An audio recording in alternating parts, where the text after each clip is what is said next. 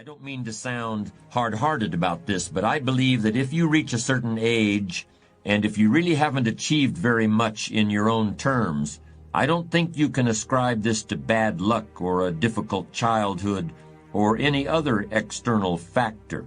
I personally feel that your strength of character does come into question at that point. And let me make it clear that your definition of success may be different from the next person. I'm not implying that you need to have a fat bank account or a Rolls Royce to be successful. But if having those things is integral to your definition of success, then that's what you should be aiming for. When I talk about developing character, it's pretty hard to focus on character when you've got credit card payments to make and 100 other things to worry about. Well, here's my opinion. If these people had given a bit more thought to building a strong character over the years, maybe their credit card payments would be a little more manageable at this point. But it's never too late. According to Aristotle, 52 is the age at which a man's philosophy is fully formed. But it's okay to run a little behind schedule as long as you recognize it and do something about it. And you don't need volumes of books or the library in order to create a personal philosophy that will help you to achieve your goals. You can do that anywhere.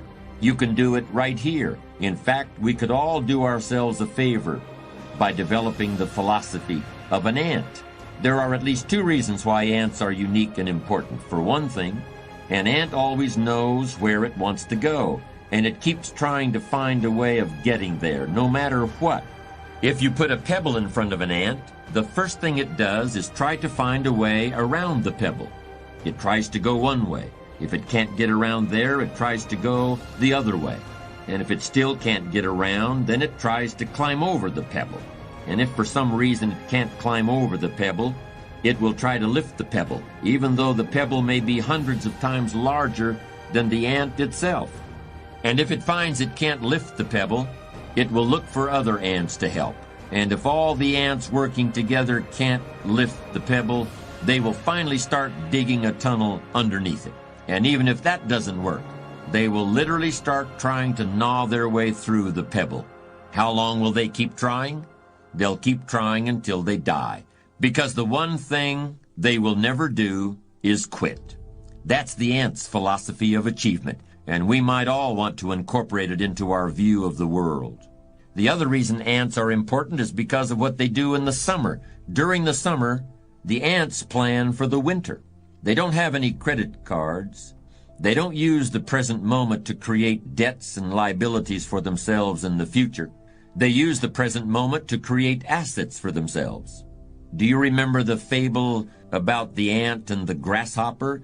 The grasshopper laughed at the ant for working so hard all summer.